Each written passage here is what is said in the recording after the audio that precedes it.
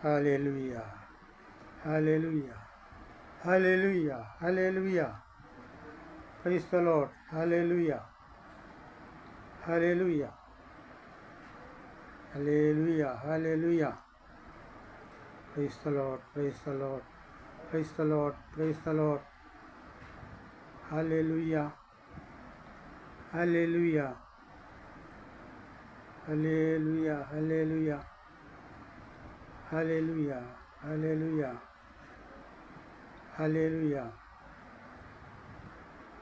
Praise the Lord. Praise the Lord. Hallelujah. Hallelujah. Praise the Lord. Praise the Lord. Praise the Lord. Hallelujah. ദൈവത്തിൻ്റെ അതിപരിശുദ്ധ നാമം വാഴ്ത്തപ്പെടുമാറാകട്ടെ. ഇന്ന് രാത്രികാലം ഫേസ്ബുക്ക് ലൈവിലൂടെ അൽഫ ഗോസ്പൽ മിനിസ്ട്രിയുടെ അഡ്മിനായിരിക്കുന്ന പാസ്റ്റർ ഷിജു കുന്നേൽ മുഖാന്തരം മറ്റ് എല്ലാ ഗ്രൂപ്പ് മെമ്പേഴ്സ്, ഗ്രൂപ്പ് അഡ്മിന്മാർ, ദാസന്മാരിനെ ശ്രദ്ധിക്കുന്ന ഏവർക്കും കർത്താവായ യേശുക്രിസ്തുവിൻ്റെ നാമത്തിൽ എൻ്റെ സ്നേഹവും നന്ദിയും ഞാൻ അറിയിക്കുകയാണ്. ഇന്ന് രാത്രികാലം ഒരു പ്രാവശ്യം കൂടെ ഈ ലൈവിൽ വരുവാൻ കർത്താവ് ഒരുക്കി തന്ന അവസരത്തിനായി ഞാൻ ദൈവത്തിന് സ്തോത്രം ചെയ്യുന്നു. ഇന്ന് രാത്രികാലം നമ്മുടെ ജീവിതത്തിൽ അത് വലിയ അനുഗ്രഹമായി തീരുവാൻ, എൻ്റെയും നിങ്ങളുടെയും ജീവിതത്തിൽ അനുഗ്രഹമായി തീരുവാൻ നമുക്ക് പ്രാർത്ഥനയോടെ ദൈവസ്ഥാനിലായിരിക്കാം. ഇന്ന് എനിക്ക് തന്നിരിക്കുന്നതായ ദൈവത്തിൻ്റെ വചനം അല്പസമയത്തെ ചിന്തയ്ക്കായിട്ട് ഞാൻ ഇന്ന് രാത്രികാലം അത് വായിക്കുന്നു. രൂത്തിൻ്റെ പുസ്തകം 1-ാം അധ്യായത്തിൻ്റെ 16-ാം വാക്യം. അതിന് രൂത്ത് നിന്നെ വിട്ടുപിരിവാനും നിൻ്റെ കൂടെ വരുവാനും വരാതെ മടങ്ങിപ്പോകുവാനും എന്നോട് പറയരുതേ. നീ പോകുന്നിടത്ത് ഞാനും പോരും, നീ പാർക്കുന്നിടത്ത് ഞാനും പാർക്കും. നിൻ്റെ ജനം എൻ്റെ ജനം, നിൻ്റെ ദൈവം എൻ്റെ ദൈവം. ഇവിടെ നമ്മൾ വായിച്ചതായ ദൈവത്തിൻ്റെ വചനഭാഗം വായിക്കുമ്പോൾ, അത് പഠിക്കുമ്പോൾ ഈ രൂത്തിനെക്കുറിച്ച് നമുക്കെല്ലാം അറിയാവുന്ന ഒരു കാര്യമാണ്. രൂത്തിൻ്റെ ജീവിതത്തിൽ രൂത്ത് എങ്ങനെയാണ് ഈ ദൈവവുമായിട്ട് അടുക്കുവാൻ, അല്ലെങ്കിൽ ഈ യഹൂദന്മാരുമായിട്ടുള്ള ബന്ധം, അല്ലെങ്കിൽ ഈ ബേത്ത്ലേഹേമിലേക്ക് പോകുന്ന കാര്യങ്ങളൊക്കെ നമുക്ക് പഠിക്കുവാൻ കഴിയുന്നത്. മോവാബ്യ സ്ത്രീ ആയിരുന്ന രൂത്തിനെക്കുറിച്ചാണ് ഇന്ന് രാത്രികാലം ഞാൻ നിങ്ങളുമായിട്ട് വചനത്തിൽ കൂടെ സംസാരിക്കാൻ ആഗ്രഹിക്കുന്നത്.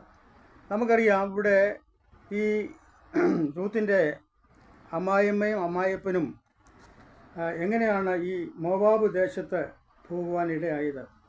അതിൻ്റെ 1-ാം അധ്യായത്തിൽ നമുക്ക് 1-ാം വാക്യത്തിൽ കാണുന്നു, ന്യായാധിപന്മാർ ന്യായപാലനം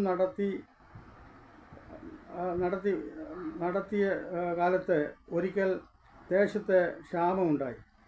യഹൂദയിലെ ബേത്ത്ലേഹേമിലുള്ള ഒരു ആൾ തൻ്റെ ഭാര്യയും 2 പുത്രന്മാരുമായി മോവാബ് ദേശത്ത് പരദേശിയായി പാർപ്പാൻ പോയി. അവന് എലിമേലെക്ക് എന്നും ഭാര്യയ്ക്ക് നവോമി എന്നും 2 പുത്രന്മാർ മഹ്ലോനും എന്നും കില്യോൻ എന്നും പേർ. അവർ യഹൂദയിലെ ബേത്ത്ലേഹേമിൽ നിന്നുള്ള എഫ്രാത്യർ ആയിരുന്നു. അവർ മോവാബ് ദേശത്ത് ചെന്ന് അവിടെ താമസിച്ചു. ഇവിടെ നമുക്ക് കാണാൻ കഴിയുന്നത്, മോവാബ് ദേശത്തേക്ക് കുടിയേറി പാർത്ത എഫ്രാത്തിലുള്ള ബേത്ത്ലേഹേമിൽ നിന്നുള്ള ഒരു കുടുംബം. അവിടെ എലിമേലെക്കും തൻ്റെ ഭാര്യയും 2 പുത്രന്മാരുമായിട്ടാണ് ആ ദേശത്തേക്ക് കുടിയേറി പാർക്കുന്നത്. ക്ഷാമമുണ്ടായി, ദേശത്ത് ക്ഷാമമുണ്ടായി. അവിടെ നിന്നും ആ ക്ഷാമത്തിൽ നിന്ന് രക്ഷപ്പെടുവാൻ വേണ്ടി മോവാബ് ദേശത്തേക്ക് അവർ പാർപ്പാനായിട്ട് വന്നു. എലിമേലെക്കിൻ്റെ ഭാര്യ നവോമി, മഹ്ലോൻ, കില്യോൻ 2 മക്കളുമായിട്ട് ആ ദേശത്തെ കുടിയേറി പാർക്കുകയാണ്. നമുക്കറിയാം, ഒരു ദേശത്തു നിന്നും മറ്റൊരു ദേശത്തേക്ക് കുടിയേറി പാർക്കുമ്പോൾ, അല്ലെ അഭയാർത്ഥികളായി പോകുമ്പോൾ, മറ്റൊന്നും അവർക്ക് ശേഖരിച്ചുകൊണ്ട് യാത്ര ചെയ്യാൻ പറ്റത്തില്ല. അവർ കാൽനടയായോ അല്ലെങ്കിൽ അന്നത്തെ കാലത്ത് കഴുതപ്പുറത്തോ ഒക്കെ അവർ യാത്ര ചെയ്ത് പോയി കഷ്ടപ്പെട്ട് ഈ മോവാബ് ദേശത്ത് ചെന്ന് പാർക്കുവാൻ അവർക്കിടയായിത്തീർന്നു. മോവാബിനെക്കുറിച്ച് നമുക്ക് പഠിക്കുമ്പോൾ കാണാൻ കഴിയുന്നത്, ലോത്തിൻ്റെ വംശ പരമ്പരയാണ് അവിടെ ഉണ്ടായിരുന്നത്. ലോത്തിൻ്റെ മക്കളിൽ നിന്ന് ജനിച്ച ആ ഒരു പരമ്പര ആ മോവാബ് ദേശത്ത് അവരെ കീഴടക്കി വാഴുകയാണ്. ഇപ്പോൾ ലോത്ത് എങ്ങനെയുള്ള ആളായിരുന്നു നമുക്ക് ആ പഴയ ചരിത്രങ്ങൾ പഠിക്കുമ്പോൾ കാണുവാൻ കഴിയുന്നുണ്ട്. എന്നാൽ ദൈവമായിട്ട് വലിയ ബന്ധമുണ്ട്. എന്നാൽ ഈ ലോത്ത് അബ്രഹാമിനോട് കൂടെ യാത്ര പുറപ്പെട്ടാണ് ഈ ലോത്ത് യാത്ര ചെയ്തതൊക്കെ. എന്നാൽ അബ്രഹാം നല്ല ഇടം തിരഞ്ഞെടുക്കുമ്പോൾ ലോത്ത് അതിനെതിരായി നിന്ന് ആ ദേശം പിടിച്ചെടുത്ത് വീണ്ടും അബ്രഹാമിനെ അവിടുന്ന് മാറ്റി പാർക്കുന്ന ഒരു സ്വഭാവമായിരുന്നു ലോത്തിനുണ്ടായത്. അപ്പോൾ ലോത്ത് ചെയ്ത കാര്യങ്ങളൊക്കെ ഈ പഴയ നിയമത്തിൽ നമുക്ക് പഠിക്കുമ്പോൾ അത് കാണാൻ കഴിയുന്നുണ്ട്. അപ്പോൾ ലോത്തിൻ്റെ മക്കളുടെ ഒരു പരമ്പര മൊവാബ് ദേശത്തുണ്ട്. അവിടേക്കാണ് ഈ എഫ്രാത്തിൽ നിന്നും ബേത്ലഹേമിൽ നിന്നും ഈ കുടുംബം അവിടെ ചെന്ന് പാർക്കുന്നത്. അപ്പോൾ എന്തിനാണ് അവർ പോയതെന്ന് അവിടെ ചരിത്രമായിട്ട് കാണുന്നത്. ന്യായപാലനം ചെയ്തപ്പോൾ ദേശത്ത് ക്ഷാമമുണ്ടായി. അവർക്ക് ക്ഷാമത്തിൽ നിന്ന് രക്ഷപ്പെടുവാൻ വേണ്ടി ആ കുടുംബം അവിടെ നിന്ന് യാത്ര പുറപ്പെട്ട് മൊബാബ് ദേശത്ത് ചെന്ന് പാർക്കുകയാണ്. അപ്പോൾ മഹ്ലോനും കില്യോനും ഒന്നിച്ച് ആ മക്കൾ അപ്പനും അമ്മയുമായിട്ട് താമസിച്ചു. അവിടെ ചെന്നതിന് ശേഷം എലിമലേക്ക് മരിച്ചു കഴിഞ്ഞപ്പോൾ ആ നവോമിയും 2 മക്കളും ശേഷിച്ചു.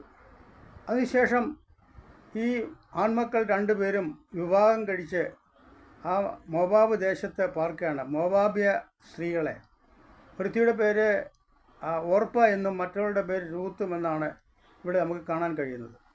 അപ്പോൾ ഈ മഹ്ലോനും കില്യോനും അങ്ങനെ കുടുംബമായിട്ട് അവിടെ 10 വർഷം പാർത്തെന്ന് അവിടെ നമുക്ക് കാണാൻ കഴിയുന്നുണ്ട്.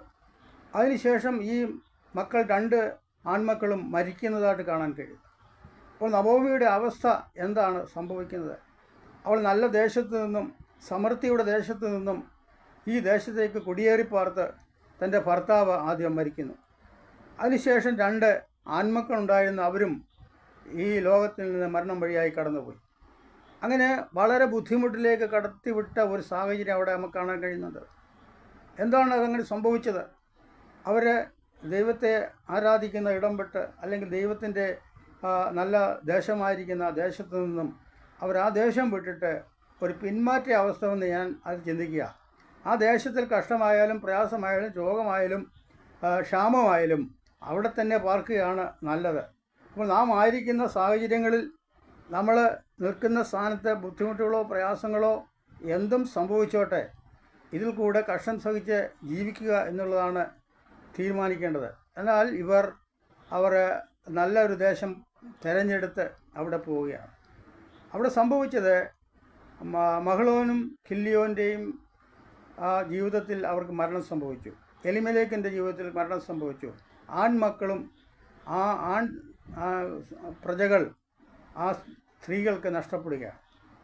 പിന്നെ ഈ 3 വിധവകളായിട്ടുള്ളവരെ കുറിച്ചാണ് അവിടെ നമുക്ക് കാണാൻ കഴിയുന്നത്. അപ്പോൾ വിധവകളായിരിക്കുന്നവർക്ക് ആശ്രയമായ ഒന്നുമില്ല, അവർക്ക് അവിടെ പാർക്കുവാൻ കഴിയുകയില്ല, മുമ്പോട്ട് ജീവിപ്പാൻ കഴിയുകയില്ല. അങ്ങനെയുള്ള സാഹചര്യത്തിൽ ഇവിടെ സംഭവിച്ച കാര്യങ്ങളാണ് നമ്മളിവിടെ കാണുന്നത്. അവിടെ നമ്മൾ വായിച്ചതുപോലെ തന്നെ 1-ാം അധ്യായത്തിൻ്റെ 14-ാം വാക്യത്തിൽ കാണുന്നത്, അതിന് രൂത്ത് നിന്നെ വിട്ടുപിരിവാനും നിൻ്റെ കൂടെ വരാതെ മടങ്ങിപ്പോവാനും എന്നോട് പറയരുത്.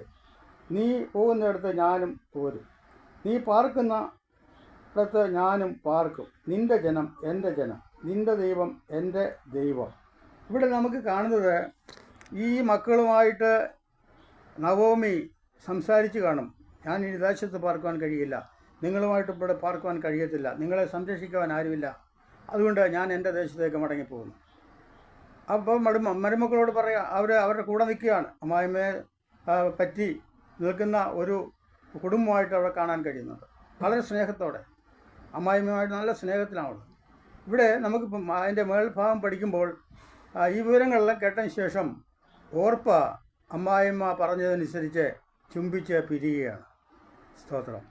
അപ്പോൾ ഇന്ന് പല സ്ഥലങ്ങളിലും നമുക്ക് കാണാൻ കഴിയുന്നത് കുടുംബജീവിതത്തിലേക്ക് വന്ന മരുമക്കൾ എങ്ങനെയുള്ളവരായിരിക്കണം. ഈ അമ്മായിയമ്മയെ വിട്ടുപിരിയുവാൻ ഓർപ്പ തീരുമാനിക്കുക. ഇന്നത്തെ സാഹചര്യങ്ങളിൽ നമുക്കറിയാം, ഒരു കുടുംബത്തിലേക്ക് ഒരു മരുമക്കൾ മരുമകൾ കടന്നു വന്നാൽ കുറേ കാലം കഴിയുമ്പോൾ പ്രശ്നങ്ങളാണ്. പിന്നെ ആ കുടുംബം വിട്ടുപോകണം, പിന്നെ ഡൈവേഴ്സാണ്, പല പ്രശ്നങ്ങളാണ് നടക്കുന്നത്. ഈ അമ്മായിയമ്മയുടെ കുഴപ്പമായിരിക്കില്ല, അവർക്ക് സ്വാതന്ത്ര്യക്കുറവ്, പല കാര്യങ്ങൾ അവർ ചിന്തിച്ചുകൊണ്ട് അവർ ഈ കുടുംബജീവിതമായിട്ട് പിരിയുകയാണ്. ഈ ഓർപ്പ അതല്ല. ഓർപ്പ പറഞ്ഞ് ഞാൻ ആ ദേശത്തേക്ക് വരുവാൻ കഴിയുന്നില്ല, ഞാൻ വരുന്നില്ല, അമ്മായിമ്മയുടെ കൂടെ വരണം താല്പര്യമുണ്ടെങ്കിലും അമ്മായിമ്മ ചുംബിച്ച് അമ്മായിമ്മ പറഞ്ഞനുസരിച്ച് പിരിഞ്ഞുപോയി. എന്നാൽ രൂത്ത് അവിടുന്ന് പറയുകയാണ്, എന്നോട് വിട്ടു പിരിഞ്ഞു പോകുവാൻ പറയരുതേ. അപ്പോൾ ആ വാക്യത്തിൽ കാണുന്നത്, നിൻ്റെ ജനം എൻ്റെ ജനം, നിൻ്റെ ദൈവം എൻ്റെ ദൈവം, നിൻ്റെ ദേശം എൻ്റെ ദേശം. ആ ദേശത്തേക്ക് ഞാൻ വരികയാണ്, ഞാൻ ഈ ദേശം വിട്ട് നിൻ്റെ കൂടെ തന്നെ വരും. ഒരു തീരുമാനത്തിലേക്ക് വരിക രൂത്ത്. അപ്പോൾ നല്ലവളായ, നല്ല മനസ്സുള്ള, സ്നേഹമുള്ള രൂത്ത് അമ്മായിമ്മയെ വിട്ടു പിരിയാതിരിക്കുക. അങ്ങനെ അവർ ആ ദേശം വിട്ട് പോകുവാൻ തീരുമാനിച്ച് അവർ നടന്ന് ബേത്ലഹേമിലേക്ക് പോവുകയാണ്. യാത്രയിൽ നടന്നുള്ള യാത്രയാണ്, ഒന്നും അറിയാതെ യാത്ര ചെയ്യുകയാണ്. അപ്പോൾ അമ്മായിമ്മ പറയുന്നുണ്ട്, ഞാൻ എൻ്റെ ദേശത്തേക്ക് പോകുന്നു, അവിടെ എൻ്റെ ചാർച്ചക്കാരുണ്ട്, എൻ്റെ ബന്ധുക്കളുണ്ട്, എൻ്റെ പലരും അവിടെ ഉണ്ട്. അപ്പോൾ ആ ദേശം വിട്ട് ഞാൻ ഈ ദേശത്ത് വന്ന് എനിക്ക് സകലതും സംഭവിച്ചു. എൻ്റെ ജീവിതത്തിൽ സകലതും സംഭവിച്ചത് കയ്പായി തീർന്നിരിക്കുകയാണ്. എനിക്ക് മടുത്തിരിക്കുകയാണ്, ഈ ദേശത്ത് പാർക്കുവാൻ കഴിയില്ല. അപ്പോൾ അമ്മായിമ്മയായ നവോമി പറയുന്നു, എന്നെ മാറ എന്ന് വിളിച്ചാൽ മതി. എൻ്റെ ജീവിതത്തിൽ മാറയുടെ അവസ്ഥയാണ്, മാറയുടെ അവസ്ഥ കയ്പാണ്. ആ കയ്പിൻ്റെ അവസ്ഥയിൽ കിടന്നുകൊണ്ട് നല്ലൊരു ദേശത്തേക്ക് പോകാൻ വേണ്ടി രൂത്തിനോട് ചേർന്ന് അമ്മായിമ്മയും പോവുകയാണ്. നമുക്കറിയാം, നമ്മുടെ ജീവിതത്തിൽ പലപ്പോഴും മാറയുടെ അനുഭവം വരുവാൻ സാധ്യതയുണ്ട്. പലരുടെയും ജീവിതത്തിൽ മാറയുടെ അവസ്ഥ, ഇല്ലായ്മയുടെ അവസ്ഥ, കഷ്ടതയുടെ അവസ്ഥ, സകലം നമ്മളെ നിന്ദിക്കുന്ന അവസ്ഥ, നമ്മളെ പരിഹസിക്കുന്നവരുടെ മുന്നിൽ നമുക്ക് കയ്പായിട്ട് തോന്നും. എന്നാൽ നമുക്ക് വിളിച്ചപേക്ഷിപ്പാൻ കൊള്ളാവുന്ന ഒരു കർത്താവ് നമുക്കുണ്ട്, ഒരു ദൈവം നമുക്കുണ്ട്. ആ ദൈവം നമുക്ക് വഴി തുറക്കപ്പെടും. അപ്പോൾ ആ രൂത്ത് പറയാണ്, നിൻ്റെ ദൈവം എൻ്റെ ദൈവമാണ്, ആ ദൈവത്തെ വിട്ട് ഞാൻ പോകത്തില്ല. ആ മോവാബിൽ കിടന്നാൽ ആ ദൈവത്തെ വിളിച്ചപേക്ഷിപ്പാൻ അവൾക്ക് കഴിയില്ല. ഈ പ്രാർത്ഥിക്കുന്ന അല്ലെങ്കിൽ ദൈവത്തെ അറിയുന്ന ഈ അമ്മായിമ്മയോട് ചേർന്ന് രൂത്ത് പുറപ്പെട്ടു പോവുകയാണ്. രൂത്തിൻ്റെ ജീവിതത്തിൽ അവൾക്കത് മനസ്സിലായി. കഴിഞ്ഞ സമയങ്ങളിൽ അമ്മായിമ്മ ഒത്ത് പാർത്തത് അവളുടെ ജീവിതത്തിൽ മധുരമായിരുന്നു. ഈ അമ്മായിമ്മയുടെ കൂടെ പോയാൽ കയ്പിൻ്റെ അവസ്ഥയാണെങ്കിലും മധുരമാക്കി തീർക്കുമെന്ന് അവൾക്കൊരു ഉത്തമമായ ബോധ്യമുണ്ടായിരുന്നു. അതുകൊണ്ടാണ് രൂത്ത് ഈ അമ്മായിമ്മയെ വിട്ടുപിരിയാതെ നിന്നത് എന്ന് ഞാൻ വിശ്വസിക്കുന്നു. എന്നാൽ ആ മറ്റേ ബേത്ലഹേമിലേക്ക് പോയാൽ എന്താണ് സംഭവിക്കുന്നതെന്ന് രൂത്തിന് ഒരിക്കലും അറിയത്തില്ല. ആ ദേശത്ത് അവൾ പോയിട്ടില്ല. അമ്മായിമ്മയ്ക്കറിയാം ആ ദേശം അനുഗ്രഹിക്കപ്പെട്ട ദേശമാണ്, എൻ്റെ ചർച്ചക്കാരവിടെ ഉണ്ട്, എന്നെ ആരെങ്കിലും നോക്കും അല്ലെങ്കിൽ സംരക്ഷിക്കും, എന്നെ തള്ളിക്കളയില്ല, അവിടെ ദൈവത്തിൻ്റെ ആരാധന നടക്കുന്ന സ്ഥലമാണ്, അവിടെ ബേത്ലഹേം തന്നെയാണ്, അവിടേക്ക് ഞാൻ പോകുന്നു. ഒരു മടങ്ങി വരവ് അമ്മായിമ്മ അവിടെ ആഗ്രഹിക്കുക. ആ രൂത്ത് അമ്മായിമ്മയുമായിട്ട് യാത്ര പുറപ്പെട്ട് ബേത്ലഹേമിൽ എത്തിയതായിട്ട് നമുക്ക് കാണാൻ കഴിയുന്നുണ്ട്. അപ്പോൾ രൂത്തിൻ്റെ അവസ്ഥ അവിടെ കാണാൻ കഴിയുന്നത്, ബോവസിൻ്റെ വയലിലേക്കാണ് അവർ ചെല്ലുന്നത്. അന്ന് ആ ദേശത്ത്, ആ ബേത്ലഹേം ദേശത്ത് കൊയ്ത്തിൻ്റെ അവസ്ഥയായിരുന്നു, കൊയ്ത്തിൻ്റെ സമയമായിരുന്നു, യവക്കൊയ്ത്ത് നടക്കുന്ന അവസ്ഥയായിരുന്നു. ആ യവക്കൊയ്ത്ത് നടക്കുന്ന ഇടത്തേക്ക് ചെന്നാൽ അവരുടെ ദാരിദ്ര്യം മാറും, അവരുടെ പട്ടിണി മാറും, അവർക്ക് നല്ലതുപോലെ അറിയാം. ഈ അമ്മായിമ്മയും മരുമകളുമായി അവിടെ യാത്ര പുറപ്പെട്ട് അവിടെ ചെന്നു. എന്നാൽ രൂത്ത് അവിടെ ചെന്ന് കഴിഞ്ഞപ്പോൾ എന്തായി, ആ ബോവസിൻ്റെ വയലിലേക്ക് പോകുവാനിടയായി. ബോവസുമായിട്ട് യാതൊരു അടുത്ത ബന്ധമോ പരിചയമോ ഒന്നുമില്ല. വലിയൊരു വയലാണ് ബോവസിൻ്റെ വയൽ, ധനികനായ ബോവസ്. ആ ബോവസിൻ്റെ വയലിലേക്ക് ഇവൾ ഇറങ്ങുകയാണ്. അമ്മായിമ്മയുമായി അവിടെ ചെന്നിട്ട് അവൾ കതിർ പിറക്കുവാൻ ഇറങ്ങി. വയലിൽ കതിർ പിറക്കുവാനുള്ള ജോലി അവൾ തേടിയെടുക്കുകയാണ്. അവർക്ക് ജീവിക്കണം, അവരുടെ ക്ഷാമം മാറ്റണം, അവർക്ക് വേണ്ടി കരുതി ആ ദേശത്ത് ഒരു വയലുള്ളത് അവൾക്കത് മനസ്സിലായി. അവിടെ സാധാരണ ജനം അല്ലെങ്കിൽ പാവപ്പെട്ടവരായിട്ടുള്ളവർ കതിർ പിറക്കി ജീവിക്കുന്നുണ്ട്. നമുക്കറിയാം, പഴയ നിയമകാലങ്ങളിൽ കതിർ പിറക്കി അവിടെ അവരുടെ ഉപജീവനം കഴിയുന്നവരുണ്ട്. ജോലിക്കാർ കൊയ്തു പോയതിന് ശേഷം അവിടെ അങ്ങിങ്ങായി കിടക്കുന്ന കതിർ പിറക്കി ശേഖരിച്ച് അവർ ഉപജീവനം കഴിയുന്നു. അവിടെ പഴയ നിയമ ചരിത്രം നമുക്ക് പഠിക്കുമ്പോൾ ഇസ്രായേലിൻ്റെ ഒരു നിയമം അനുസരിച്ച് നിലം വിളഞ്ഞ് കൊയ്ത്ത് നടന്നു കഴിഞ്ഞിട്ട് കറ്റകൾ കെട്ടിയിട്ടിട്ട് മറന്നുപോയാൽ ഈ കൊയ്ത്തുകാരത് കൊണ്ടുപോയില്ലെങ്കിൽ ഈ കതിർ പിറക്കുന്നവർക്കത് എടുക്കാം. അവരോട് ആരും ചോദിക്കത്തില്ല. അവർക്ക് വേണ്ടി ദൈവം കരുതി വെക്കുന്ന കറ്റകൾ അവർക്കത് ശേഖരിക്കാം. എന്നാൽ ആ നവോമിയുടെ കൂടെ പോയ രൂത്തിന് മനസ്സിലായി ഈ വയലിൽ കതിർ പിറക്കിയാൽ ജീവിക്കാം. ഇവിടെ നമുക്ക് ജീവിക്കാൻ വേണ്ടതെല്ലാം ഈ വയലിലുണ്ട്. അതുപോലെ തന്നെയാണ് നാം കർത്താവിനെ അറിഞ്ഞ ദൈവത്തിന് വേണ്ടി നിന്നാൽ ഒന്നും കാണാത്ത അവസ്ഥയിൽ നാം മുമ്പോട്ട് യാത്ര ചെയ്യുമ്പോൾ നമുക്ക് വേണ്ടി ദൈവം കതിർ തന്ന് നമ്മളെ നടത്തും. നമുക്ക് ആവശ്യമായതൊക്കെ തരും. ആ കതിർ പിറക്കുന്ന കൂട്ടത്തിൽ കറ്റകൾ കിട്ടുന്നത് പോലെ നമുക്കും തരുവാൻ ദൈവം വിശ്വസ്തനാണ്. ആരിന്ന് രാത്രിക്കാലം അത് വിശ്വസിക്കും? എൻ്റെ ജീവിതത്തിൽ ഞാൻ അനുഭവിക്കുന്നതുകൊണ്ടാണ് ഞാൻ പറയുന്നത്, ഈ നല്ലവനായ ദൈവം നമ്മുടെ ജീവിതത്തിൽ സകലതും നന്മയ്ക്കായിട്ട് കരുതി വച്ചിട്ടുണ്ട്. അമ്മായിമ്മയോട് പറ്റി നിന്ന രൂത്തിൻ്റെ ജീവിതത്തിൽ അത് മനസ്സിലാക്കുവാൻ കഴിഞ്ഞു. 91 സങ്കീർത്തനത്തിൽ കാണുന്നു, അവൻ എന്നോട് പറ്റിയിരിക്കാൻ ഞാൻ അവനെ ഉയർത്തും. അപ്പോൾ നാം പറ്റിയിരുന്നാൽ ദൈവത്തെയാണ് നാം ആരാധിക്കുന്നത്, ദൈവത്തെയാണ് നാം വിളിച്ചപേക്ഷിക്കുന്നത്. അവനോട് പറ്റിച്ചേർന്ന് നിൽക്കുന്നവർക്ക് അനുഗ്രഹമാണ്. പറ്റിച്ചേർന്ന് നിൽക്കാതെ വിട്ടുമാറിപ്പോയാൽ നമുക്ക് അനുഗ്രഹങ്ങൾ ലഭിക്കുകയില്ല. അതുകൊണ്ട് ഇന്ന് രാത്രികാലം കേൾക്കുന്ന ദൈവത്തിൻ്റെ ജനവേ, നീ ആയിരിക്കുന്ന സ്ഥാനങ്ങളിൽ, ആയിരിക്കുന്ന ഇടങ്ങളിൽ നിനക്ക് വേണ്ടതെല്ലാം തരുവാൻ എൻ്റെ ദൈവത്തിന് കഴിയും. ഇന്ന് രാത്രികാലം നിങ്ങൾ അധ്വാനിച്ചിട്ട് ഒന്നും കിട്ടുന്നില്ല എങ്കിൽ യഥാർത്ഥമായി ദൈവത്തോടൊന്ന് വിളിച്ചപേക്ഷിക്കുമോ? കർത്താവേ, എനിക്ക് വേണ്ടി വഴി തുറക്കുമോ? നീ തുറന്നാൽ അടയ്ക്കാൻ ആർക്കും കഴിയയില്ല. അവൻ തന്നാൽ അതിനപ്പുറത്ത് മറ്റൊരാൾക്ക് തരാൻ കഴിയത്തില്ല. മനുഷ്യൻ തരുന്നത് പോലെയല്ല ദൈവം നമുക്ക് വേണ്ടി ഒരുക്കി വച്ചിരിക്കുന്നത്. ഒരു കണ്ണ് കണ്ടിട്ടില്ല, ഒരു മനുഷ്യൻ്റെയും ഹൃദയത്തിൽ തോന്നിയിട്ടുമില്ല. അപ്പോൾ നാം ദൈവത്തെ സേവിക്കാൻ ഇറങ്ങിയതുകൊണ്ട് നമുക്ക് ലഭിക്കുന്ന അനുഗ്രഹങ്ങളും നന്മകളും നാം തന്നെ പ്രാപിച്ചെടുത്ത് സന്തോഷത്തോടെ നിൽപ്പാൻ ഇടയായിത്തീരും. അതുകൊണ്ട് ഈ ബോവസിൻ്റെ വയൽ രൂത്തിനൊരിക്കലും അത് പ്രയാസമായിട്ട് തോന്നിയില്ല. അമ്മായിമ്മയുടെ ഉപദേശം അനുസരിച്ചാണ് രൂത്തിൻ്റെ പോക്ക് മുഴുവൻ. അമ്മായിമ്മ പറയുന്നത് അതുപോലെ അനുസരിച്ച് ചെയ്യുന്ന ഒരു മരുമകൾ. ഇന്നത്തെ കാലത്ത് നമുക്കറിയാം, മരുമക്കളോട് പറഞ്ഞാൽ മരുമക്കൾ ചിലപ്പം കേൾക്കത്തില്ല. മരുമക്കൾ അമ്മായിമ്മയെ പഠിപ്പിക്കും, അമ്മായിമ്മ പറഞ്ഞത് അനുസരിക്കത്തില്ല.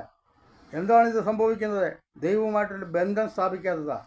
ദൈവവുമായിട്ട് ബന്ധം സ്ഥാപിക്കാത്ത കുടുംബങ്ങളിൽ പല പ്രശ്നങ്ങളും നടന്നിട്ട് മരുമക്കൾ മാറിപ്പോകാൻ സാധ്യതയുണ്ട്. ആ കുടുംബത്തിൽ പാർക്കുവാൻ കഴിയാതിരിക്കുന്നുണ്ട്. കാരണം അവിടെ ആരാധനയോ ദൈവസ്നേഹമോ അവിടെ വെളിപ്പെടുന്നില്ല. ദൈവജനമേ, നാം ആയിരിക്കുമ്പോൾ നമ്മുടെ ജീവിതത്തിൽ ആരാധനയും ദൈവവുമായിട്ട് ബന്ധവും സ്ഥാപിച്ചു കഴിഞ്ഞാൽ വരുന്നവരും ആ ദൈവത്തെ അറിയും. ഈ രൂത്തിനെ പോലെ ദൈവത്തിന് വേണ്ടി നിൽക്കുവാൻ ഇടയായിത്തീരും. ഇന്ന് നടക്കുന്ന സംഭവം മുഴുവൻ അതാണ്. വിവാഹം കഴിഞ്ഞ് കുറേ കാലം കഴിയുമ്പോൾ ഡൈവേഴ്സായി, അത് വലിയ പ്രയാസത്തിലേക്ക് വരും. അങ്ങനെ വരാതിരിക്കാൻ നാം സൂക്ഷിക്കേണ്ടത് ആവശ്യമാണ്. അഥവാ അങ്ങനെ സംഭവിച്ചു കഴിഞ്ഞാൽ ദൈവവുമായിട്ട് ബന്ധം സ്ഥാപിക്കുക. കർത്താവേ, ഇതെങ്ങനെ സംഭവിച്ചു? ഇതെനിക്ക് വേണ്ടി നീ പുതുവഴികൾ തുറക്കപ്പെട്ട് അനുഗ്രഹമായ ഒരു കുടുംബജീവിതത്തിന് കുഞ്ഞുങ്ങളെ ഒരുക്കണമേ എന്ന് നാം പ്രാർത്ഥിക്കണം. ആ ദൈവം, നമ്മുടെ ദൈവം വിശ്വസ്തനാണ്, വാക്ക് പറഞ്ഞാൽ മാറാത്തവനാണ്. അവൻ്റെ കരങ്ങളിൽ ഏൽപ്പിച്ചു കൊടുത്താൽ മതി. ബോവസിൻ്റെ വയലിൽ നമുക്ക് അവിടെ കാണാൻ കഴിയുന്നത് ധനികനായിരുന്നു. അനേക ജോലിക്കാരുള്ള ആ വയലിലേക്ക് ആ രൂത്ത് ഇറങ്ങിപ്പിറക്കുക.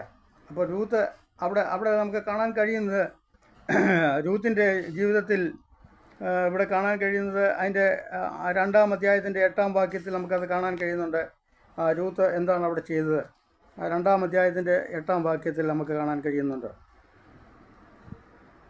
ബോവസ് രൂത്തിനോട്, കേട്ടോ മകളെ, പിറക്കുവാൻ വേറൊരു വയലിൽ പോകേണ്ട, ഇവിടം വിടുകയും വേണ്ട, ഇവിടെ എൻ്റെ ബാല്യക്കാരോട് ചേർന്ന് കൊള്ളുക. രൂത്ത് അവിടെ ചെന്ന് കഴിഞ്ഞപ്പോൾ ബോവസിനെ കണ്ടു കഴിഞ്ഞു, ബോവസ് അവളെ കണ്ടു കഴിഞ്ഞു. അപ്പോൾ ഈ രൂത്തിനെ ബോവസിന് വളരെ ഇഷ്ടമായി. ഈ വയലിൽ പിറക്കാൻ വന്നവൾ എവിടെ നിന്ന് വന്നെന്ന് അവൻ അന്വേഷിച്ചു കാണും. അപ്പോൾ മനസ്സിലായി, എൻ്റെ ചാർച്ചക്കാരൻ എലിമലേക്കിൻ്റെ കുടുംബത്തിൽപ്പെട്ട എൻ്റെ എലിമലേക്കിൻ്റെ മക്കളുടെ ഭാര്യയായിരിക്കുന്ന രൂത്ത് ഈ വയലിൽ പിറക്കാൻ വന്നിരിക്കുന്നു. ആ രൂത്തിനോട് അവനൊരു സ്നേഹം തോന്നി. ഈ രൂത്ത് വേറെ വയലിൽ പിറക്കാൻ പോകേണ്ട, അവൾ എൻ്റെ ചാർച്ചയിൽപ്പെട്ടതാണ്, എൻ്റെ കുടുംബത്തിൽപ്പെട്ടവളാണ്, അവളെ വേറെ സ്ഥലത്ത് വിടുവാൻ കഴിയത്തില്ല എന്ന് ബോവസ് തീരുമാനിച്ചു കാണും. അല്ലെങ്കിൽ പറയില്ല, മകളെ, നീ ഈ വയൽ വിട്ട് പോകേണ്ട, ഈ വയലിൽ പിറക്കിക്കൂ, നിനക്ക് ആവശ്യത്തിന് നീ പിറക്കിയെടുത്തുകൊള്ളുക. സ്തോത്രം. നാം ദൈവത്തെ സേവിക്കാൻ ഇറങ്ങിയാൽ ദൈവം നമ്മോട് അതാ കൽപ്പിക്കുന്നത്. നിൻ്റെ ആവശ്യത്തിന് നീ പിറക്കിക്കോ, നിന്നെ ആരും തടസ്സപ്പെടുത്തത്തില്ല, നിന്നെ ആരും ഉപദ്രവിക്കത്തില്ല. ഉപദ്രവിച്ചാൽ ദൈവമാണ് ഉത്തരവാദി. ഇത് നമുക്കറിയാം. ദൈവത്തിന് വേണ്ടി നിൽക്കുന്നവരെ ഉപദ്രവിക്കുന്ന ഒരു സമൂഹം ദൈവത്തിന് വേണ്ടി നിൽക്കുന്നവരെ പീഡിപ്പിക്കുന്ന ഒരു സമൂഹം. അവരുടെ മധ്യയാണ് നാമുമായിരിക്കുന്നത്. നാം അനുഭവിക്കുന്ന സന്തോഷം അവർക്ക് അനുഭവിപ്പാൻ കഴിയുന്നില്ല. അവരുടെ ജീവിതം വേറെ ലൈനാണ്. നമ്മളെ വിളിച്ചവൻ വിശ്വസ്തനാ, അവൻ വഴിയിലിട്ടിട്ട് പോകുന്നവനല്ല. അപ്പോൾ ബോസ് പറയുകയാണ്, വേറെ വയലിൽ മോളെ നീ പറക്കാൻ പോകണ്ട, നിനക്ക് ഇവിടെ തന്നെ പറക്കുവാനുണ്ട്. കറ്റയുടെ ഇടയിൽ നിന്ന് വലിച്ചിട്ട് കൊടുക്കുവാൻ വേലക്കാരോട് കൽപ്പിക്കുകയാണ്. അവളുടെ ആവശ്യത്തിന് പിറക്കിക്കൊള്ളട്ടെ, അവളെ ഉപദ്രവിക്കരുത്. ഈ കറ്റ അവൾക്ക് വേണ്ടി ഒരുക്കി കൊടുക്കണം, അവൾ സുഖമായിട്ട് പിറക്കിക്കൊള്ളട്ടെ. അപ്പോൾ അങ്ങനെ രൂത്തും ഈ ബോവസുമായിട്ട് ഒരു ബന്ധം അവിടെ സ്ഥാപിക്കപ്പെടുകയാണ്. അപ്പോൾ അമ്മായിമ്മ ഈ രൂത്തിനോട് പറഞ്ഞു കൊടുക്കും, നീ ഓരോ ദിവസവും പോകേണ്ട വഴി എന്താണ്, ചെയ്യേണ്ടത് എന്താണ്, ബോവസുമായിട്ട് എങ്ങനെയാണ് എടുക്കേണ്ടത്. അപ്പോൾ ഈ രൂത്ത് അതെല്ലാം അനുസരിച്ച് അതുപോലെ ചെന്ന് പറയും. അന്നന്ന് കിട്ടിയ എത്ര കിട്ടി, എത്ര ഇടങ്ങഴി കിട്ടി, ഇതൊക്കെ അവർ പങ്കുവയ്ക്കും അവിടെ. അപ്പോൾ ഈ രൂത്ത് ബോവസിനോട് അടുക്കുവാൻ ഉള്ള കാര്യങ്ങൾ ഒക്കെ അവിടെ നമുക്കത് കാണാൻ കഴിയുന്നുണ്ട്. ഇവിടെ നമുക്ക് കാണാൻ കഴിയുന്നത് രൂത്തിൻ്റെ പുസ്തകം 3:3 കാണുന്നുണ്ട്.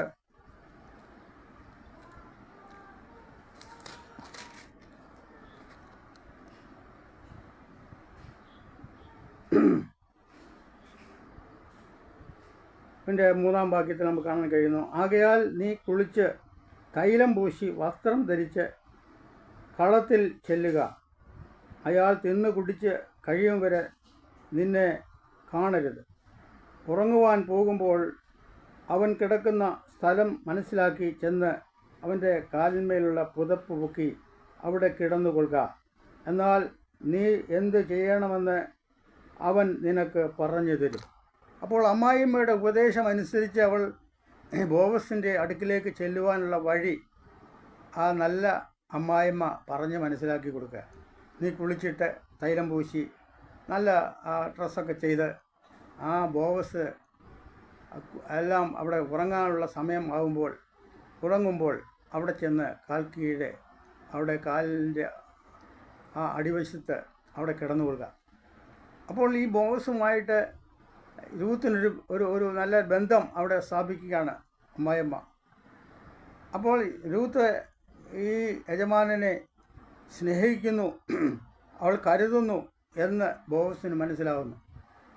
അങ്ങനെ ബോവസ് അവളോട് കൂടുതലായിട്ട് അടുക്കുവാനിടയായിത്തീരുന്നു. നാം ദൈവവുമായിട്ട് അടുക്കുമ്പോൾ നാം ദൈവത്തിൻ്റെ പല കാര്യങ്ങളും ചെയ്യേണ്ടതുണ്ട്. അകന്നു നിന്നാൽ നമുക്ക് ദൈവവുമായിട്ട് ബന്ധം സ്ഥാപിക്കാൻ ഈ ബോവസിനെ പോലെ നമ്മുടെ കർത്താവ് നമുക്ക് വേണ്ടിയുണ്ട്. ആ വയലിലാണ് നാമും ആയിരിക്കുന്നത്. ബോവസിൻ്റെ വയലിലാണ് നാം ആയിരിക്കുന്നത്. അത് നമുക്കേ അറിയത്തുള്ളൂ. നിന്നെ വിളിച്ചവൻ ആരാണ്, നീ ചെന്നെത്തിയത് ഏത് വയലിലാണ്, ആ വയലിൽ നിനക്ക് സകലതും ഉണ്ട്. നല്ല യജമാനായ ബോവസിനെ പോലെ നമ്മുടെ കർത്താവായ യേശുക്രിസ്തു നമുക്ക് വേണ്ടിയുണ്ട്.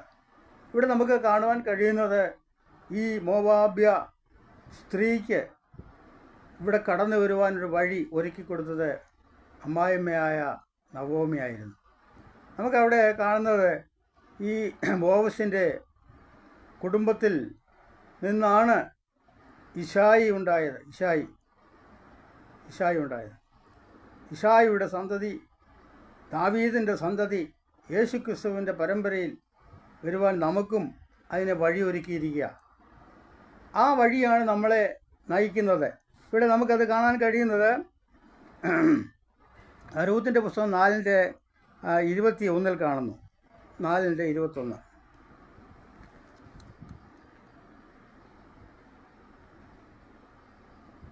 4:21 കാണുന്നത്, സബ്ലൂൻ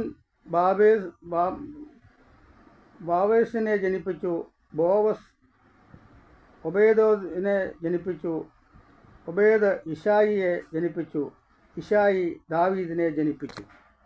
അപ്പോൾ ബോവസിൻ്റെ പരമ്പരയിൽപ്പെട്ട ഒരു വംശാവലിയാണ് ഇവിടെ നമുക്ക് കാണാൻ കഴിയുന്നത് ഇശായിയുടെ. ആ ഇശായി ഇവിടെ എൻ്റെ മകനായ ദാവീദിൻ്റെ സന്തതിയായ യേശുക്രിസ്തു. അവിടെയാണ് അതിൻ്റെ കണക്ഷൻ കിടക്കുന്നത്. അതിൻ്റെ നമുക്ക് കാണാൻ കഴിയുന്നത് രൂത്തിൻ്റെ ഇവിടെ 4:11 കാണുന്നുണ്ട്. 4:11 അതിന് പട്ടണവാതിക്കൽ ഇരുന്ന സകല ജനവും മൂപ്പന്മാരും പറഞ്ഞത്, ഞങ്ങൾ സാക്ഷികൾ തന്നെ. നിന്റെ വീട്ടിൽ വന്നിരിക്കുന്ന സ്ത്രീയെ യഹോവ റാഹേലിനെ പോലെയും ലേയെ പോലെയും ആകട്ടെ. അവർ ഇരുവരുമല്ലോ ഇസ്രായേൽ ഗൃഹം പണിതത്. എഫ്രാത്തിൽ നീ പ്രബലനും ബേത്ലഹേമിൽ വിശ്രിതനുമായിരിക്ക. അപ്പോൾ ഈ ബോവസിനോട് പറയുകയാണ്, നിൻ്റെ വീട്ടിൽ വന്നിരിക്കുന്നത് ആരാണ് വന്നിരിക്കുന്നത്? രൂത്തിനെക്കുറിച്ച് പറയുകയാണ്. ആ റാഹേലിനെ പോലെയും ലേയെ പോലെയും നിന്നെ ആക്കിയിരിക്കുന്നു എന്ന് നമ്മളെ കാണാൻ കഴിയുന്നുണ്ട്. അപ്പോൾ നിൻ്റെ വീട്ടിൽ വന്നിരിക്കുന്ന സ്ത്രീ അവരെ പോലെ ആയിരിക്കട്ടെ എന്ന് ഇസ്രായേൽ ഗൃഹം പറയുന്നു. അപ്പോൾ ബോവസിന് മനസ്സിലായി, ഇവൾ എൻ്റെ ഗൃഹത്തിലേക്ക് വന്നത് അവൾ മുഖാന്തരം അനുഗ്രഹമായി തീരും. അവളിൽ നിന്ന് ജനിക്കപ്പെട്ട പരമ്പരയാണ് നാം ഇവിടെ നേരത്തെ വായിച്ചത്. അപ്പോൾ ഇശായിയുടെ പരമ്പര ഈ ബോവസിൻ്റെ പരമ്പരയിൽപ്പെട്ട വംശാവലിയിൽപ്പെട്ട ഇശായി നമുക്കവിടെ കാണാൻ കഴിയുന്നുണ്ട്. അപ്പോൾ ഈ രൂത്ത് ഈ ബോവസുമായിട്ട് ഒരു ഉടമ്പടിയൊക്കെ ചെയ്തിട്ടാണ് പിന്നെ അവിടെ അവരുടെ വിവാഹം നടക്കുന്നത്. ഇവിടെ നമുക്ക് കാണാൻ കഴിയുന്ന ഒരു ഭാഗം രൂത്തിൻ്റെ പുസ്തകം 4:7-8 വാക്യത്തിൽ കാണുന്നു. 4:7-8 വാക്യം.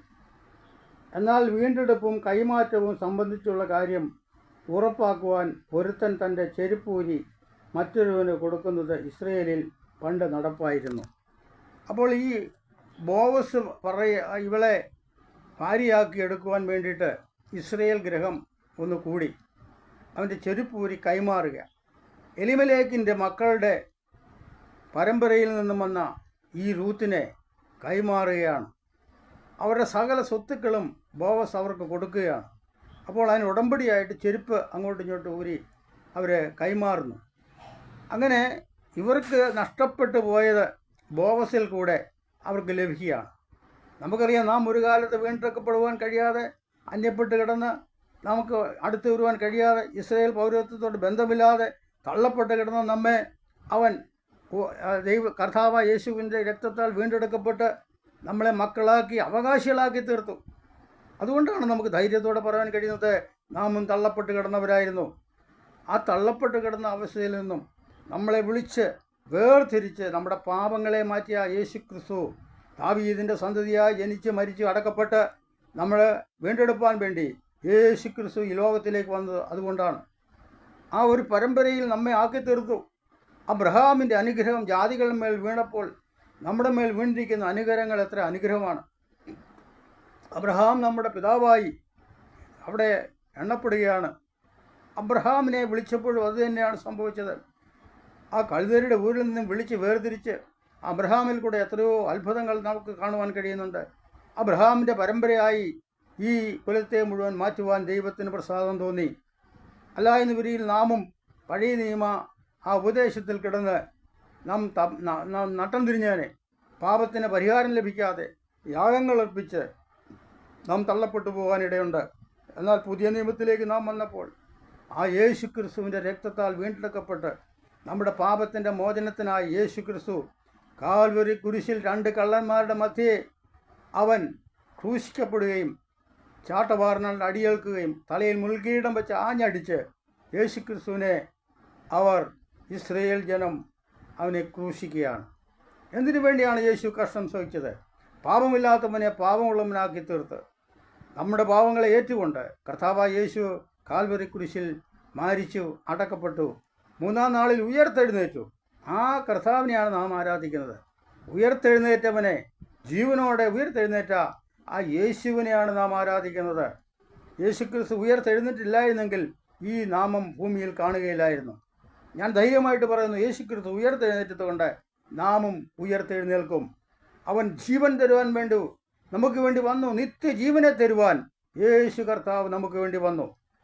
അത് വിശ്വസിക്കുന്നവർക്കാണ് ദൈവിക പ്രവൃത്തി വെളിപ്പെടുന്നത്. അല്ലായെന്നുവരെയും നമ്മുടെ ജീവിതത്തിൽ ഒന്നുകൊണ്ട് ഒരു പുണ്യം ലഭിക്കുകയില്ല. നാം എത്ര പ്രാർത്ഥിച്ചാലും നമുക്കൊരടിസ്ഥാനമില്ല എങ്കിൽ, ആ ദൈവവചനപ്രകാരം ജീവിച്ചില്ല എങ്കിൽ നമുക്കൊന്നും ജീവിതത്തിൽ സംഭവിപ്പാൻ കഴിയുകയില്ല. ഈ നാമത്തിൽ ഇറങ്ങിപ്പെട്ടവർക്കാർക്കും ഒരു നാളും അവൻ കഷ്ടത്തിലേക്ക് നയിക്കപ്പെട്ടിട്ടില്ല. അവൻ വിളിച്ചപേക്ഷിക്കുമ്പോൾ അവർക്ക് വേണ്ടതെല്ലാം കൊടുക്കുന്നു.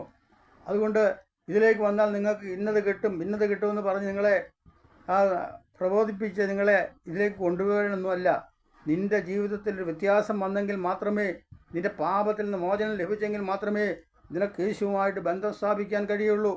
അല്ലാതെ വരുന്നതൊക്കെ കുറേ കാലം കഴിയുമ്പോൾ പിന്മാറിപ്പോകും, ചിതറിപ്പോകും. അവർക്ക് യേശുവുമായിട്ട് ബന്ധമില്ല. അവിടെ കർത്താവ് നമ്മുടെ കൂടെ എപ്പോഴും ഉണ്ട്. നിൻ്റെ ആവശ്യങ്ങളിൽ മേൽ ദൈവത്തിൻ്റെ പ്രവൃത്തി നമ്മുടെ ജീവിതത്തിൽ വെളിപ്പെടുത്തി തരും.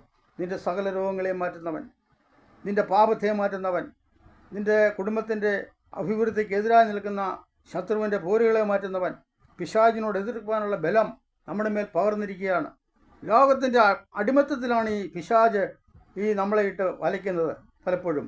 എന്നാൽ ലോകത്തെ ജയിച്ചവൻ നമ്മുടെ കൂടെയുണ്ട്, പിശാചിനെ ജയിച്ചവൻ നമ്മുടെ കൂടെയുണ്ട്. ആ ദൈവത്തിലാണ് നാം വിശ്വസിക്കുന്നത്. എന്നാൽ ദൈവത്തെ അറിയാത്തവന് പിശാചിൻ്റെ ഉപദേശങ്ങളാണ് അവനിൽ വസിക്കുന്നത്. അവൻ ചെയ്യുന്ന പ്രവൃത്തികൾ അങ്ങനെ തന്നെയാണ് ചെയ്യുന്നത്. ചെയ്യേണ്ടാത്ത കാര്യങ്ങൾ ചെയ്യുക, മറ്റുള്ളവരെ ദ്രോഹിക്കുക, ഉപദ്രവിക്കുക, കൊല്ലുക, ഇതൊക്കെയാണ് പിശാചിൻ്റെ പ്രവൃത്തികൾ. എന്നാൽ ഒരു ദൈവത്തിൻ്റെ പൈതലിനെ ചെയ്യുവാൻ കഴിയുന്നില്ല. നമ്മളെ അത് പഠിപ്പിക്കുന്നില്ല.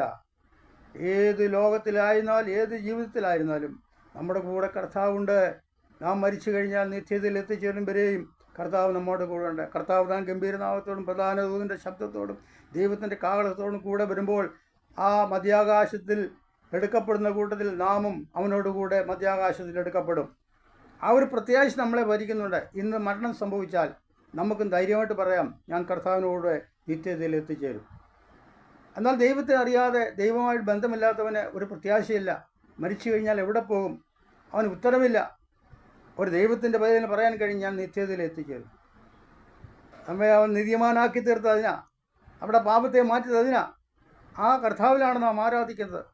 അവൻ നമുക്ക് വേണ്ടി ജീവിക്കുന്നു, നമ്മളെ ജീവിപ്പിക്കുന്നവൻ കർത്താവാണ്.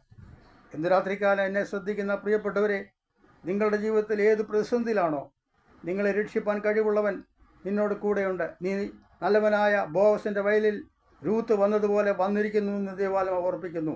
നിനക്കൊരിക്കലും വരുവാൻ സാധ്യതയില്ലാത്ത ആ ബോവസിൻ്റെ വയലിൽ രൂത്ത് വന്നതുപോലെ നിന്നെ കൊണ്ടുവന്നതാ. നിന്റെ മിടുക്കുകൊണ്ടല്ല, എന്നെ പേർ ചൊല്ലി വിളിച്ചവൻ കർത്താവാ. എന്നെ അറിയാത്തവനെ വിളിച്ചത് കർത്താവാ. നമ്മെ വിളിച്ചവൻ കർത്താവാ. അവനിലാണ് നാം ആശ്രയിക്കുന്നത്. നാം അതുകൊണ്ട് ഭാരപ്പെടേണ്ട ആവശ്യമില്ല. കർത്താവ് നമുക്ക് എപ്പോഴും തുണയായിട്ട് നിൽക്കും. മനുഷ്യനിൽ ആശ്രയിക്കുന്ന യഹോവയിൽ ആശ്രയിക്കുന്നത് നല്ലത്. നാം ആശ്രയം വെച്ചിരിക്കുന്ന കർത്താവിലാണ്. മനുഷ്യനിൽ ആശ്രയിച്ചാൽ നാം രക്ഷിച്ചു പോകും, ദൈവത്തിൽ ആശ്രയിച്ചാൽ നാം രക്ഷിച്ചു പോകുകയില്ല. ആ ഒരു വഴിയാണ് നമുക്ക് അവൻ തുറന്നത്. ഞാൻ തന്നെ വഴിയും സത്യവും ജീവനുമാണെന്ന് കർത്താവ് പറയുക. ആ കർത്താവിൻ്റെ പാതയിലാണ് നാം ഓടുന്നത്. ഈ സുവിശേഷത്തിൻ്റെ വാതിലുകൾ അടയുന്നതിന് മുമ്പേ നീ കർത്താവിനെ സ്വീകരിച്ചാൽ നിനക്ക് രക്ഷ ഇപ്പോൾ തന്നെ സംഭവിക്കുന്നു. നിൻ്റെ ഹൃദയം തുറക്കപ്പെട്ടാൽ, നിൻ്റെ ഹൃദയത്തിൽ യേശു വന്നു കഴിഞ്ഞാൽ നിൻ്റെ ജീവിതത്തിൽ വരുന്നത് യേശുവിൻ്റെ സ്നേഹമാണ്. നിനക്ക് പുതുവഴിയാണ് തുറക്കപ്പെടുന്നത്. ബോവസിൻ്റെ വയലിൽ രൂത്ത് അനുഭവിച്ച നന്മകൾ പോലെ നിൻ്റെ ജീവിതത്തിൽ നന്മകളെ തരുവാൻ എൻ്റെ കർത്താവിന് കഴിയും. എൻ്റെ ദൈവത്തിന് കഴിയാത്ത ഒരു കാര്യവുമില്ല. വിശ്വസിക്ക്. ഇന്ന് രാത്രികാലം എന്നെ ശ്രദ്ധിക്കുന്ന പ്രിയപ്പെട്ടവരെ, എൻ്റെ ജീവിതത്തിലും കർത്താവ് അങ്ങനെ ചെയ്തതുകൊണ്ടാണ് ഞാൻ ധൈര്യത്തോടെ പറയുന്നത്. ആ കർത്താവ് എൻ്റെ ദൈവം, എൻ്റെ കർത്താവ്, നിങ്ങളുടെ കർത്താവ്. നിൻ്റെ ഹൃദയവാതിൽ തുറക്കപ്പെട്ടാൽ ഇന്ന് നീ കർത്താവിനോടുകൂടെ അത്താഴം കഴിക്കും. നിൻ്റെ ഹൃദയം തുറക്കപ്പെട്ടാൽ നിൻ്റെ പാപത്തെ മായ്ച്ചു തരും. നിൻ്റെ പാപത്തെ മായ്പാൻ ഈ ലോകത്തിൽ മറ്റൊരു ശക്തിക്കും ഒരു ദൈവത്തിനും കഴിയുകയില്ല. കർത്താവായ യേശുവിനല്ലാതെ കഴിയുകയില്ല. ആ കർത്താവിലാണ് നാം ആശ്രയിക്കുന്നത്. നിൻ്റെ വഴിയും നിൻ്റെ വാതിലുകളും തുറക്കപ്പെടും. അടഞ്ഞ വഴികൾ തുറക്കപ്പെടട്ടെ. നന്മകൾ നിൻ്റെ ജീവിതത്തിലേക്ക് വരട്ടെ. ഇതുവരെയും പ്രാർത്ഥിച്ചിട്ട് ലഭിക്കാത്ത നന്മ ഇപ്പോൾ തന്നെ സംഭവിക്കാൻ പോവുകയാണ്. നിൻ്റെ രോഗത്തെ സൗഖ്യമാക്കാൻ എൻ്റെ കർത്താവിന് കഴിയും. കർത്താവ് എന്നെ സൗഖ്യമാക്കിയതാ. എൻ്റെ കർത്താവ് എന്നെ സൗഖ്യമാക്കി. അതുകൊണ്ട് ആ ധൈര്യത്തോടെ പറയുന്നത്. ഏകദേശം 20 വർഷം മുമ്പ് എൻ്റെ വയറിനകത്ത് ക്യാൻസർ വന്നു. എന്നെ കർത്താവ് സൗഖ്യമാക്കി. ചികിത്സ ഒന്നും അധികം ചെയ്യാതെ കർത്താവ് എന്നെ സൗഖ്യമാക്കി. ഞാൻ തീരുമാനമെടുത്തു, കർത്താവേ, ഞാൻ നിൻ്റെ ദാസനാ, എന്നെ നീ സൗഖ്യമാക്കണം. എന്നെ സൗഖ്യമാക്കി. ആ കർത്താവിനാണ് ഞാൻ ആശ്രയിക്കുന്നത്. ലോകം പറയും കർത്താവ് സൗഖ്യമാക്കത്തില്ല എന്ന്. കർത്താവ് സൗഖ്യമാക്കിയത് കൊണ്ടാണ് ഞാൻ പറയുന്നത് കർത്താവിനെ സൗഖ്യമാക്കി. എൻ്റെ ക്യാൻസറിനെ മാറ്റി, എൻ്റെ സകല രോഗങ്ങളെയും മാറ്റി. ഞാൻ യഹോവ എല്ലാ കാലത്തും വാഴ്ത്തും, അവൻ്റെ സ്തുതി എപ്പോഴും എൻ്റെ നാവിന്മേലിരിക്കും. നിൻ്റെ സകല രോഗങ്ങളെയും അവൻ മാറ്റുന്നവനാ, നിൻ്റെ പാപങ്ങളെ മാറ്റുന്നവനാ, നിൻ്റെ അകൃത്യങ്ങളെ മോചിക്കുന്നവനാ. അവനിൽ വിശ്വസിക്കണം, എങ്കിൽ മാത്രമേ നിനക്കത് യഥാസ്ഥാനമായി മനസ്സിലാക്കുവാൻ കഴിയുള്ളൂ. അത് അനുഭവിച്ച ഒരാളായതുകൊണ്ടാണ് ഇന്ന് രാത്രിക്കാലം ധൈര്യത്തോടെ ഞാൻ പറയുന്നത്. ലോകം പറയും യേശുക്രിസ്തു സൗഖ്യമാക്കത്തില്ല, അവർ ഭോഷത്വം പറയുകയാണെന്ന് പറയും. അല്ല, യേശു സൗഖ്യമാക്കുന്നവനാ. അല്ല, നീ അനുഭവിച്ചെന്ന് വളരെ പ്രാർത്ഥിക്കുക ദൈവത്തോടെ. ദൈവം നിന്നോട് ഇടപെടും. നിൻ്റെ രോഗങ്ങളെ മാറ്റുവാൻ എൻ്റെ കർത്താവിന് കഴിയും. നിൻ്റെ ട്യൂമറിനെ മാറ്റുവാൻ എൻ്റെ കർത്താവിന് കഴിയും. നിൻ്റെ സകല കിഡ്നിയുടെ അസ്വസ്ഥതയും മാറ്റുവാൻ കർത്താവിന് കഴിയും. ഹോസ്പിറ്റലിലെ ഡോക്ടർമാർക്കൊരു പരിധിയുണ്ട്, അതിനപ്പുറത്ത് അവർക്ക് ചെയ്യാൻ കഴിയില്ല. രോഗത്തിന് ചികിത്സിക്കേണ്ടെന്നല്ല പറഞ്ഞത്. സൗഖ്യം പൂർണ്ണമായിട്ട് കിട്ടണമെങ്കിൽ കർത്താവ് കൂടെ തീരുമാനിക്കണം. നമുക്കറിയാം, പലരും ഹാർട്ട് അറ്റാക്ക് വരുമ്പോൾ പെട്ടെന്ന് ഓപ്പറേഷൻ ചെയ്യും, പെട്ടെന്ന് മരിക്കുന്നു. എൻ്റെ ഹാർട്ട് ഓപ്പറേഷൻ ചെയ്തതാ. എന്നെ കർത്താവ് സൗഖ്യമാക്കിയത് കൊണ്ടാണ് ഞാൻ നിൽക്കുന്നത്. എനിക്ക് ഉച്ചത്തിൽ സംസാരിക്കാൻ കഴിയത്തില്ലെങ്കിലും കർത്താവിൻ്റെ നാമത്തിൽ നിൽക്കുമ്പോൾ, അവൻ്റെ ശക്തി എൻ്റെ മേൽ പകരുമ്പോൾ എനിക്ക് നല്ലതുപോലെ സംസാരിക്കാൻ കഴിയുന്നുണ്ട്. ആ കർത്താവിൽ നീ വിശ്വസിക്ക്. നിൻ്റെ രോഗങ്ങളെ മാറ്റുവാൻ എൻ്റെ കർത്താവിന് കഴിയും. രൂത്തിന് കൊടുത്ത അനുഭവങ്ങൾ, നന്മകൾ കൊടുത്തതുപോലെ കർത്താവ് നിനക്ക് തരും. അവനിൽ ആശ്രയിക്ക്. എന്നെ ഓർത്ത് നിങ്ങൾ പ്രത്യേകം പ്രാർത്ഥിക്കുക. ബോംബെ പട്ടണത്തിൽ, മഹാരാഷ്ട്രയിൽ കർത്താവിൻ്റെ വേലയുള്ള ബന്ധത്തിൽ 18 വർഷമായിട്ട് ഞാൻ കർത്താവിൻ്റെ വേല ചെയ്യുന്നു. നിങ്ങൾ ഞങ്ങൾക്ക് വേണ്ടി പ്രാർത്ഥിക്കുക. നിങ്ങളുടെ ആവശ്യങ്ങൾ സ്തോത്രത്തോടെ ഞങ്ങളെ അറിയിച്ചാൽ ഞങ്ങൾ നിങ്ങൾക്ക് വേണ്ടി പ്രാർത്ഥിക്കും. നോർത്ത് ഇന്ത്യയുടെ അനുഗ്രഹത്തിന് വേണ്ടി പ്രാർത്ഥിക്കട്ടെ.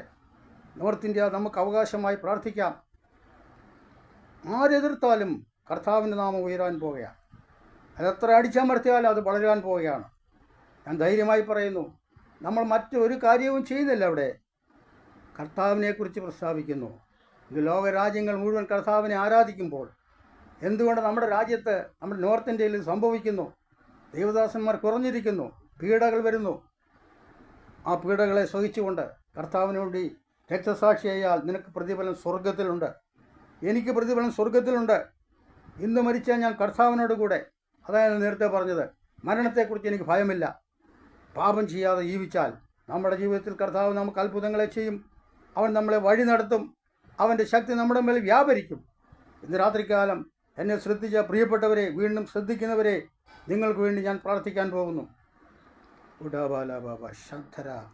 രാത്രികാലം വചനം കേട്ട ചിലരൊക്കെ തീരുമാനത്തിലേക്ക് വരുന്നതായി ദേവാലയമാവ് കാണിക്കുന്നു. നിനക്ക് വേണ്ടി വഴി തുറക്കാൻ പോവുകയാണ്. നീ ഒന്നും കൊടുക്കണ്ടെന്ന്, ഹൃദയം തുറന്നു കൊടുത്താൽ മതി. നിൻ്റെ ആ വിഷയം ദൈവത്തോടൊന്ന് പറഞ്ഞാൽ മതി, കർത്താവിനോടൊന്ന് പറഞ്ഞാൽ മതി. അവൻ കേൾക്കുന്നവനാ. നിൻ്റെ ഹൃദയത്തിലെ വിചാരങ്ങൾ അറിയുന്നവൻ, നിൻ്റെ ഹൃദയത്തിലെ ഞരക്കങ്ങൾ അറിയുന്നവൻ. അവൻ്റെ സന്നിധിയിലാണ് ഇന്ന് രാത്രികാലം നാം ആയിരിക്കുന്നത്. എത്രയോ വചനങ്ങൾ നിങ്ങൾ കേട്ടിട്ടുണ്ട്. ഇന്ന് രാത്രികാലം ദൈവശബ്ദം നീ അത് സ്വീകരിക്കുമോ? നിനക്ക് വേണ്ടി വഴി തുറക്കപ്പെടാൻ പോവുകയാണ്. ദാവീദിൻ്റെ സന്തതിയായി മരിച്ച് അടക്കപ്പെട്ട് ഉയർത്തെഴുന്ന യേശുവിൽ വിശ്വസിക്കുക. എന്നാൽ നീ നിൻ്റെ കുടുംബവും രക്ഷ പ്രാപിക്കും. നിനക്ക് രക്ഷയില്ലെങ്കിൽ രക്ഷ തരുവാൻ എൻ്റെ കർത്താവിന് കഴിയും.